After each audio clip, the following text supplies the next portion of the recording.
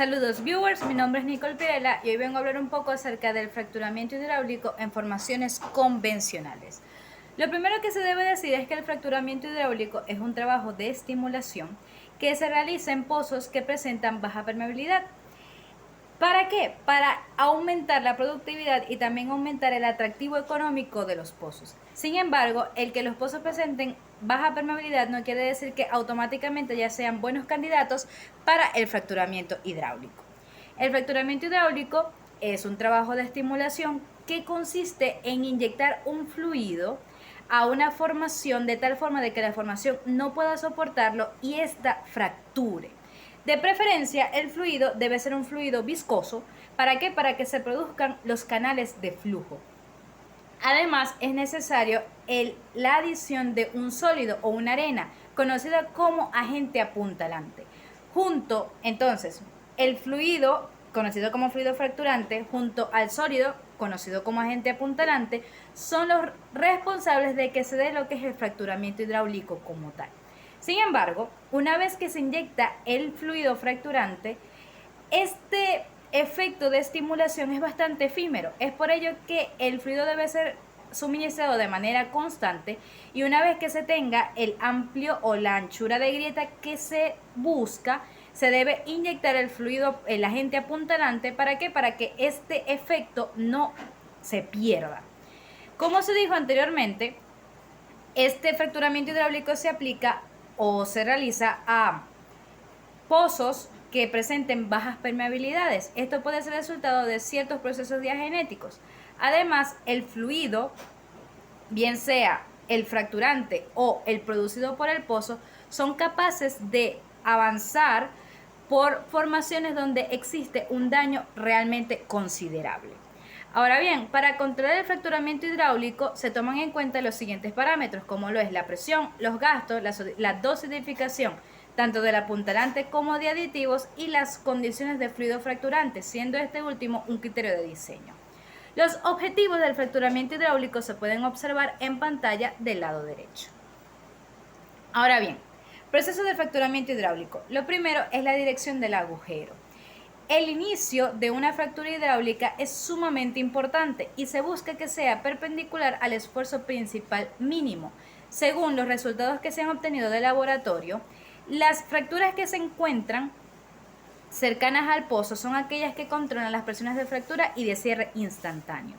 Y esta orientación o dirección es menos importante en estimulaciones ácidas porque el ácido se encarga de retirar, además del daño, ciertas restricciones en la estimulación ácida, mientras que para el fracturamiento hidráulico retirar estas restricciones no es tan sencillo. Se tiene también lo que es la distancia entre fracturas hidráulicas. Como se mencionó anteriormente, si existe esta dirección perpendicular al esfuerzo principal mínimo, múltiples fracturas pueden ser espaciadas a lo largo de este eje. Este distanciamiento es un parámetro de diseño y existe una regla mnemotécnica que dice que este distanciamiento debe estar entre 250 y 300 pies. El inicio de la fractura se puede dar en dos ocasiones. Uno, en la amplitud de la fractura inicial a lo largo de la pared del pozo.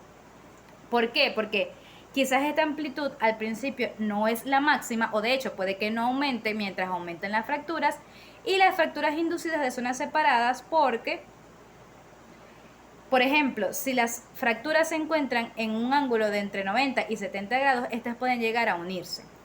La ubicación de pozo en la formación es sumamente importante si se busca la optimización de la altura de fractura.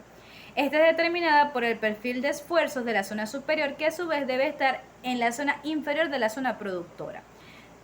Según la teoría, si se busca que de hecho las fracturas tengan un mayor abarque de lo que es la zona productora, este debe realizarse en la zona de mayores esfuerzos, mientras que si se tiene un trabajo de amplias magnitudes, se prefiere que se haga en la zona de bajos esfuerzos. Los gastos. Los gastos son definidos realmente por dos variables. La primera es la velocidad de flujo óptimo, que se busca que sea siempre menor a 80 pies por segundo, de lo contrario pueden acarrear problemas de corrosión en tuberías, y el tamaño de la localización. Si se trabaja con el tamaño de la localización, es recomendable partir de trabajos en pozos verticales en el mismo campo. Gracias a los avances tecnológicos se tienen múltiples simuladores tridimensionales que pueden ayudar en este aspecto. Los tratamientos múltiples, bueno, según la experiencia ha demostrado que no todos los pozos ni formaciones reaccionan de la misma manera a lo que es la presión de bombeo, la presión de fractura y la presión de cierre instantáneo. Sin embargo, se llega a la conclusión de que si no se presentan presiones anormales, se puede realizar un tratamiento múltiple al mismo tiempo en un pozo horizontal. De no ser el caso, las fracturas deben trabajarse o tratarse de forma individual. Y por último, las pruebas con minifrac. Estas pruebas con minifrac son resultado de los avances tecnológicos, ya que se obtuvieron métodos para la determinación de diferentes parámetros de diseño, como por ejemplo la presencia de fractura, entre otras cosas. La secuencia del fracturamiento hidráulico. Se pueden considerar estas etapas como etapas previas a la inyección de la puntalante. Se tienen las siguientes etapas. La primera, la inyección del precolchón, que no es más que la inyección de un fluido compatible de baja densidad y por lo general lineal que comienza la fractura como tal. La siguiente etapa es el tiempo de espera, que es definido por lo que es la curva de declinación y adquiere especial importancia cuando se piensa de que si es excesivo puede comprometer la producción y si es deficiente puede que el fracturamiento hidráulico no sea exitoso. La siguiente etapa se tiene el bombeo o inyección del colchón. En esta etapa es cuando de hecho se inyecta el fluido fracturante con la intención de que luego reciba a la puntalante. Según la teoría es importante o necesario inyectar el 30% del fluido fracturante. Se sigue a lo que es la inyección del fluido apuntalante y esta es la etapa más importante de la secuencia del fracturamiento hidráulico, porque una mala dosificación del agente apuntalante puede llevar a problemas como lo que es arenamiento, que se traduce en pérdidas económicas porque es necesario luego limpiar el pozo y puede comprometer su producción. Por último, se tiene lo que es la etapa de desplazamiento, que no es más que la inyección de un fluido limpio para retirar lo que es el restante, bien sea del agente apuntalante y del fluido fracturante. Las presiones que actúan en el fracturamiento son varias y variadas. Sin embargo, las tres que se mencionan son aquellas que son monitoreadas.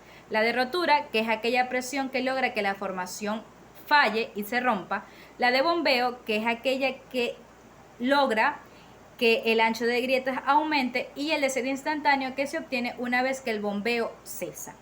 En cuanto a la mecánica de la fractura, se tienen que todos los parámetros que se muestran en pantalla del lado derecho dominan lo que es el proceso del fracturamiento hidráulico. ¿Por qué? Porque tienen relación con parámetros importantes, como por ejemplo, el modelo de Young se relaciona íntimamente con lo que es la anchura de grieta, la pérdida de fluido se relaciona íntimamente con lo que es la permeabilidad de las formaciones, entre otras cosas. La optimización del tamaño de grieta, veamos. Se mostró en pantalla que uno de los objetivos del fracturamiento hidráulico es trabajar con un tamaño de grieta óptimo. Para lograrlo se tienen las siguientes observaciones post tratamiento, las que se pueden observar del lado izquierdo. Se sigue con lo que es el sistema de fluidos fracturantes. Un fluido fracturante hay una amplia gama de fluidos fracturantes que deben cumplir con las siguientes características. Además de ello, y de que por lo general son no newtonianos, se puede decir lo siguiente: se basan en lo que es fluido base agua y base aceite. Los fluidos en base agua son de hecho los más utilizados, primero por sus bajos costos y segundo porque se utilizan propiedades del agua, como por ejemplo que sea solvente universal para solucionar ciertos problemas, como por ejemplo que un fluido se vuelva muy líquido al momento de aumentar la temperatura, como se soluciona con la inyección de polímeros, por ejemplo.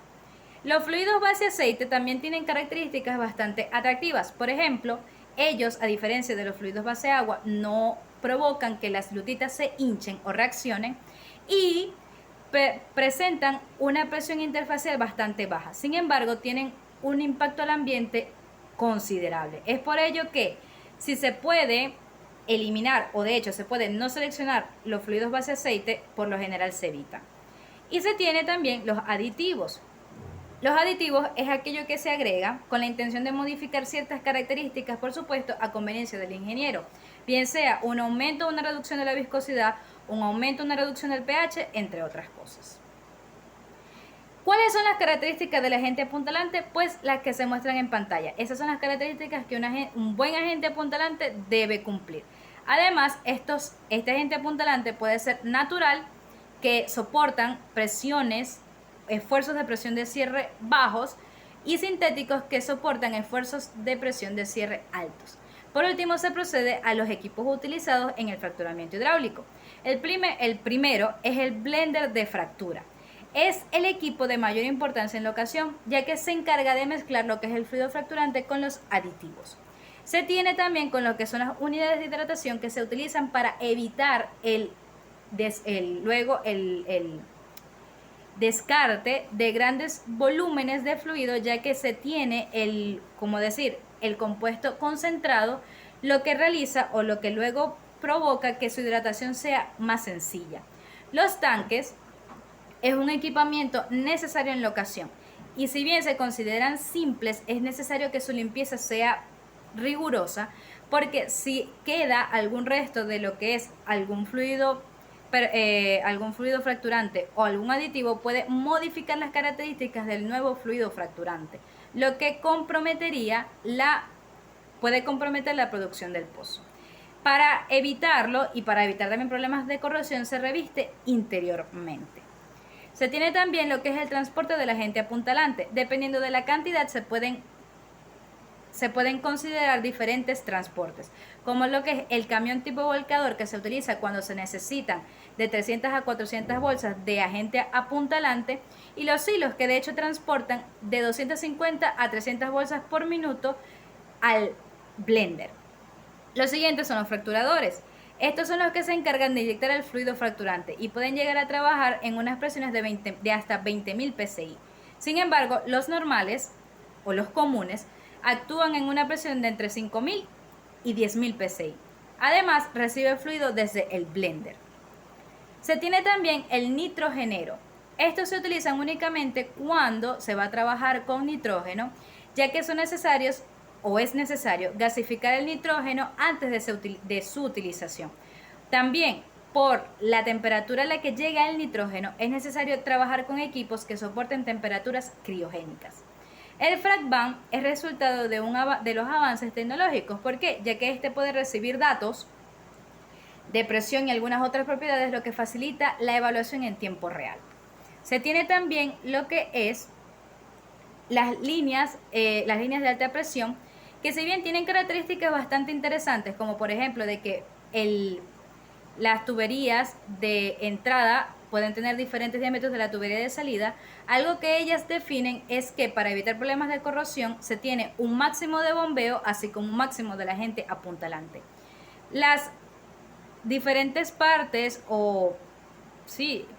que de las tuberías de alta presión se pueden observar en pantalla del lado derecho.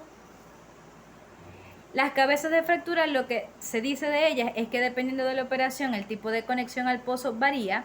El Tri-Saver, por ejemplo, se utiliza como cabeza de fracturamiento cuando se presenta gas lift y no hay equipo. Además, es necesario recalcar que no es bueno que el agente apuntalante de hecho tenga contacto con todas las válvulas de lo que es el gas lift, porque si no estas pueden llegar a no cerrar correctamente. Y por último, se tienen los tapones y packers, que lo que hace es que previene del daño al casing por altas presiones. Entonces, el fracturamiento hidráulico es un trabajo de estimulación bastante atractivo. Sin embargo, es necesario de contar con un ingeniero de petróleo, ya que él es el encargado de tomar en cuenta todos los aspectos que se requieren para que este trabajo sea de hecho un éxito rotundo. Estas son las referencias que se utilizaron para la investigación y yo hoy agradezco a ustedes por su atención. Muchas gracias.